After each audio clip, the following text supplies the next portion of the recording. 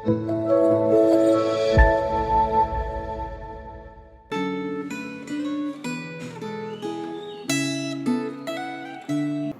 selamat pagi, jemaat yang dikasihi Tuhan. Kita akan kembali merenungkan renungan Gema. Mari kita berdoa terlebih dahulu. Bapa di surga, kami bersyukur kami kembali diberi anugerah Tuhan untuk memulai hari yang baru. Sebelum kami mau bersama Tuhan melakukan begitu banyak urusan pekerjaan, aktivitas kami, biarlah Tuhan tolong kami supaya kami sungguh boleh diterangi oleh kebenaran firman-Mu. Berkati hamba-Mu, biarlah Tuhan sendiri yang akan menolong sehingga setiap pemberitaan yang disampaikan semua berasal daripada Tuhan. Di dalam nama Tuhan Yesus kami berdoa. Amin. Mari kita sama-sama melihat di dalam Bilangan pasal 27 ayat yang ke-12 sampai ayat yang ke-23. Bilangan 27 ayat 12 sampai ayat yang ke-23. Saya akan membaca untuk kita semua. Tuhan berfirman kepada Musa, naiklah ke gunung Abarim ini dan pandanglah negeri yang kuberikan kepada orang Israel.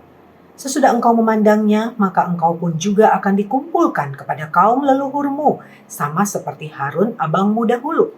Karena pada waktu pembantahan umat di padang gurun Sin, kamu berdua telah memberontak terhadap titahku untuk menyatakan kekudusanku di depan mata mereka dengan air itu. Itulah mata air Meriba dekat Kades di padang gurun Sin. Lalu berkatalah Musa kepada Tuhan, biarlah Tuhan Allah dari roh segala makhluk mengangkat atas umat ini seorang yang mengepalai mereka waktu keluar dan masuk dan membawa mereka keluar dan masuk, supaya umat Tuhan jangan hendaknya seperti domba-domba yang tidak mempunyai gembala.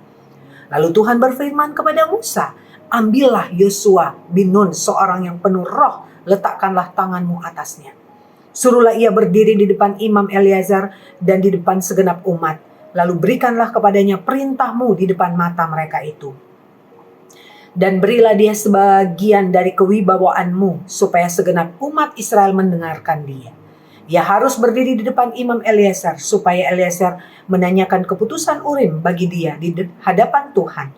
Atas titanya mereka akan keluar dan atas titanya mereka akan masuk. Ia beserta semua orang Israel, segenap umat itu. Maka Musa melakukan seperti yang diperintahkan Tuhan kepadanya. Ia memanggil Yosua dan menyuruh dia berdiri di depan Imam Eleazar dan di depan segenap umat itu.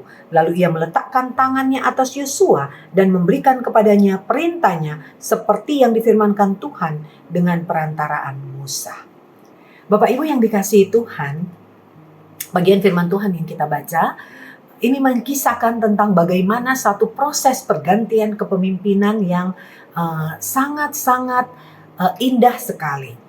Kenapa saya mengatakan demikian? Karena di sini merupakan satu contoh yang Tuhan berikan kepada setiap pemimpin-pemimpin rohani, bagaimana ketika di dalam perjalanan kepemimpinan siapapun itu rohaniwan, ketika dia melayani satu lembaga, satu organisasi atau satu gereja sekalipun, sepertinya memang Tuhan menghendaki bahwa kita tidak akan selamanya untuk berada di sana atau selamanya kita akan menjadi pemimpin bagi organisasi atau bagi kelompok tersebut atau bagi lembaga atau bagi gereja. Kenapa? Karena Tuhan bisa memakai ada begitu banyak pemimpin-pemimpin rohani yang tentunya dengan segala kapasitas, kelebihan yang dia miliki, talenta yang dimiliki untuk bisa menyempurnakan, melengkapi setiap yang dipimpin. Nah, saya lihat di dalam bagian ini sungguh indah sekali. Ketika Yosua melihat perjalanan umat Israel, bahkan dia di sana dikatakan bahwa dia mengatakan kepada di sana dikatakan bahwa Musa mendengar dengan begitu taat perintah Tuhan, ya, perintah Tuhan bahwa dia sudah sewaktunya untuk mencari pemimpin atau pengganti bagi dia. Nah, saudara, ketika saya melihat bagian ini, saya merasa saya coba kemudian merenungkan begini.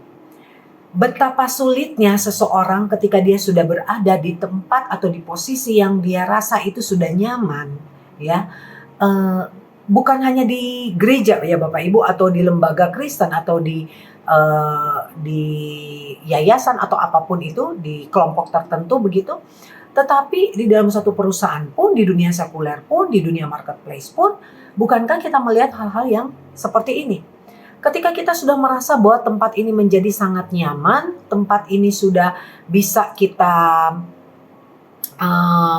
sudah begitu cocok mungkin ya, dan kita merasa bahwa ini jadi milik kita. Karena mungkin kita merasa bahwa kita banyak melakukan sesuatu di tempat ini, sehingga kita merasa bahwa ini udah seperti milik kita.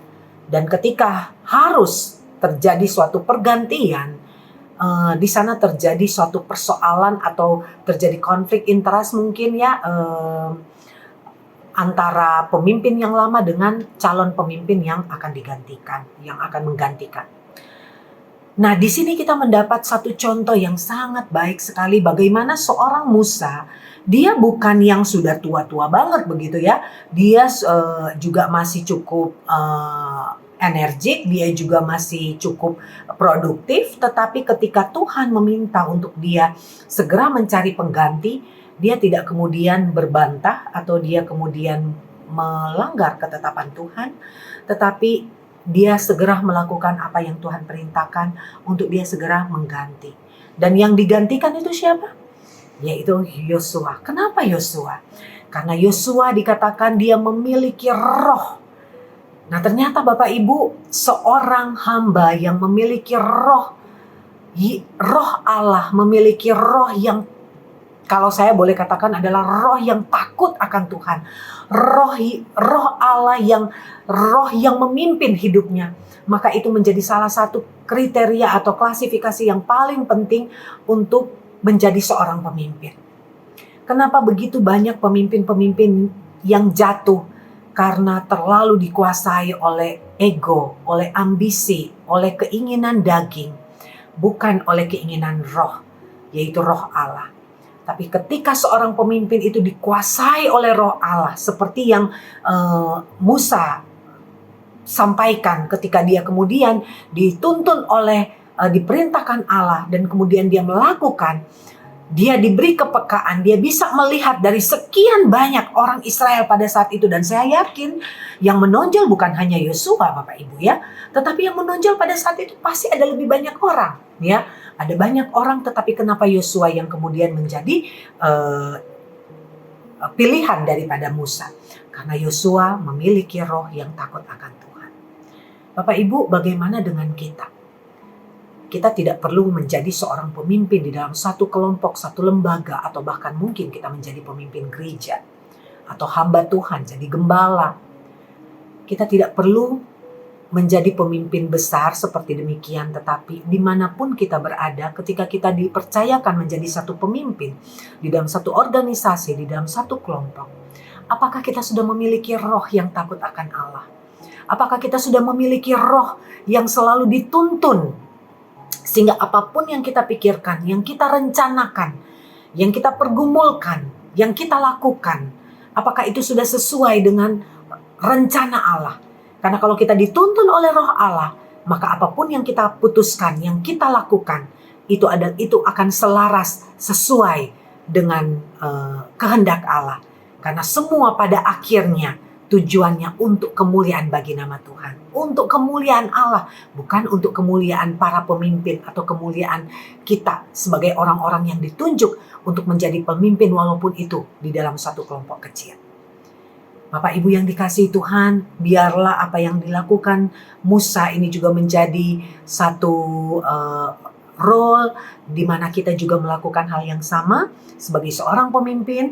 Kita juga mau dengan rela hati, dengan rendah hati, kita belajar melepas tongkat estafet, kita belajar melepas mendelegasikan atau melepaskan tanggung jawab itu kepada yang mungkin lebih muda. Sekalipun mungkin kita merasa dia mungkin akan mengalami kesulitan atau dia kurang mampu, tetapi ketika kita mempercayakan dan ketika Tuhan memberikan kita satu kepekaan bahwa ini orang yang tepat yang akan menggantikan kamu, maka dengan penuh sukacita kita akan mendampingi, mensupport, mendorong, dan bahkan di sini dikatakan dalam firman Tuhan, kita sendiri sebagai pemimpin sebelumnya yang akan memperkenalkan pemimpin baru, yang akan memberikan wibawa itu, menggantikan posisi kita dengan lapang dada, tanpa ada embel-embel, tanpa ada keterangan-keterangan, atau tanpa ada informasi-informasi yang sebenarnya itu bukan hal yang membangun atau yang baik.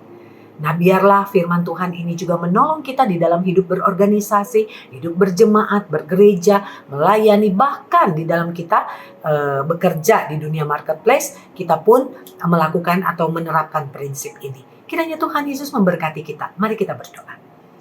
Bapa di surga, kami belajar bagaimana kami sebagai seorang pemimpin, dimanapun kami ditempatkan, ketika kami dipercayakan untuk memimpin satu kelompok, satu lembaga, satu yayasan, gereja, atau apapun itu Tuhan, kami belajar untuk supaya sungguh-sungguh peka dengan kehendak Tuhan, kami memiliki roh Allah, sehingga kami apa yang Allah inginkan itu akan selaras, sehingga kami peka kapan, dan kami tahu kapan waktunya kami harus berhenti, dan kami harus memberikan kepada orang-orang yang Tuhan sudah tetapkan untuk menjadi pengganti atau penerus dari suatu lembaga atau kelompok atau apapun itu yang kami pimpin. Berkati kami Tuhan, tolong kami, berikan kami damai sejahtera. Terima kasih, di dalam nama Tuhan Yesus kami berdoa. Amin.